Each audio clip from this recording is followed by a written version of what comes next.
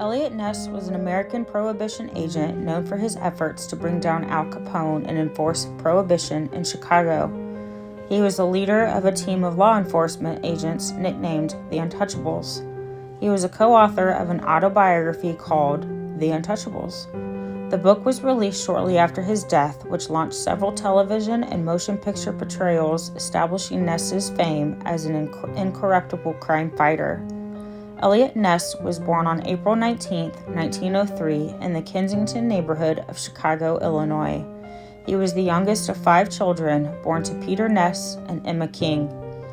Ness's brother-in-law, Alexander Jamie, was an agent for the Bureau of Investigation and had influenced Ness to enter law enforcement. With corruption of Chicago's law enforcement agents endemic, Ness went through the records of all Prohibition agents to create a reliable team, later known as the Untouchables.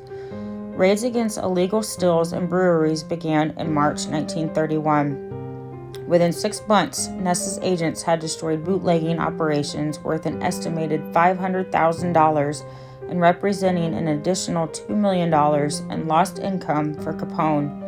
Their raids would ultimately cost Capone in excess of $9 million in lost revenue.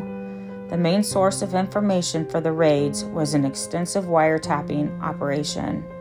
In 1931, a member of Al Capone's gang promised Ness that he would receive $2,000 every week if he ignored their bootlegging activities. Ness refused the bribe. Capone was convicted on 3 of 22 counts of tax evasion. He was sentenced to 11 years in prison and, following a failed appeal, began his sentence in 1932.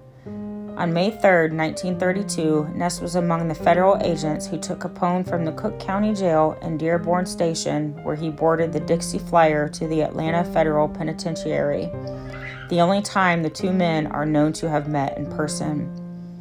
Elliot ran unsuccessfully for mayor in Cleveland in 1947. In later years, Ness struggled financially.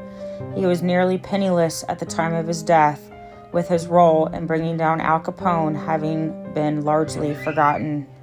Ness collapsed and died of a heart attack in his home in Coudersport, Pennsylvania on May 16, 1957. He was 54 years of age.